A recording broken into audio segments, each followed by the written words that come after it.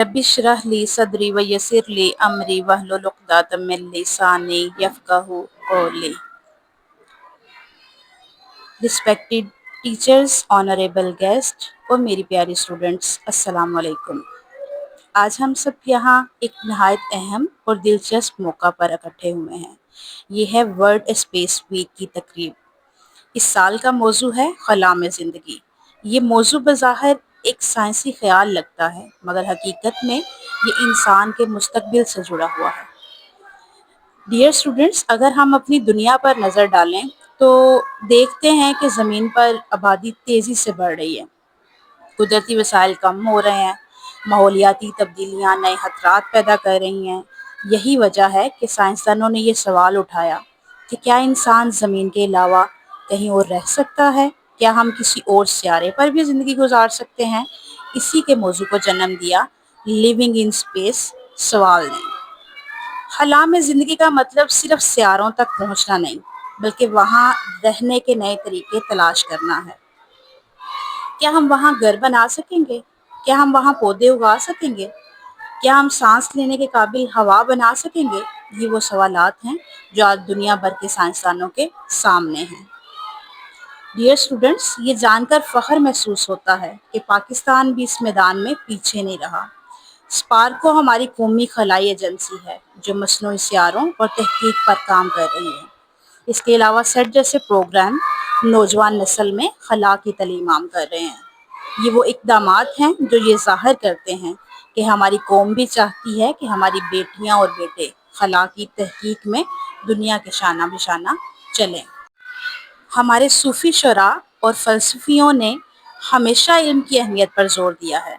जैसे मियाँ मोहम्मद बख्श का एक कौल है जिसका मफ़हूम है, इल्म एक चिराग है, इसके बगैर दुनिया अंधेरी रात की तरह है।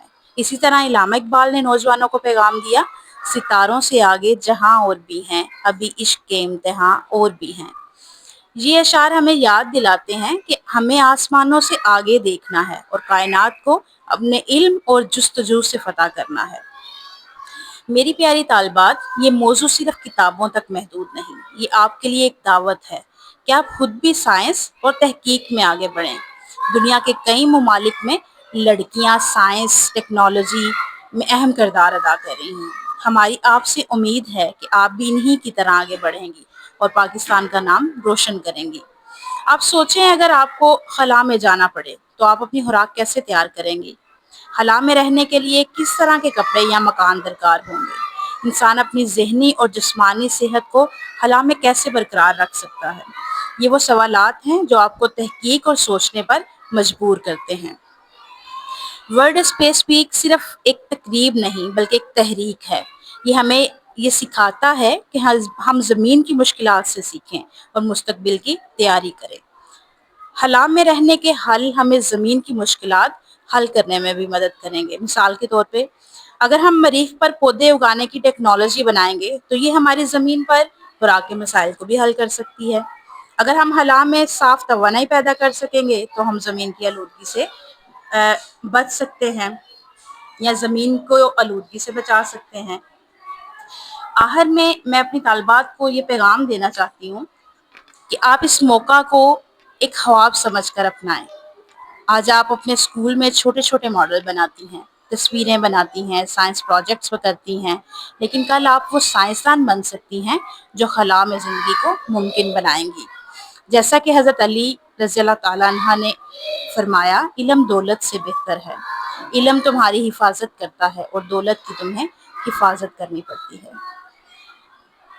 तो डियर स्टूडेंट्स, आइए आज अहद करते हैं कि हम इल्म की शम्मा रोशन करेंगे, साइंस और तहकीक को अपना हदफ बनाएंगे और पाकिस्तान को खला के मैदान में नुमायां करेंगे। अल्लाह ताला आप सबका हामी नासिर हो। बहुत शुक्रिया।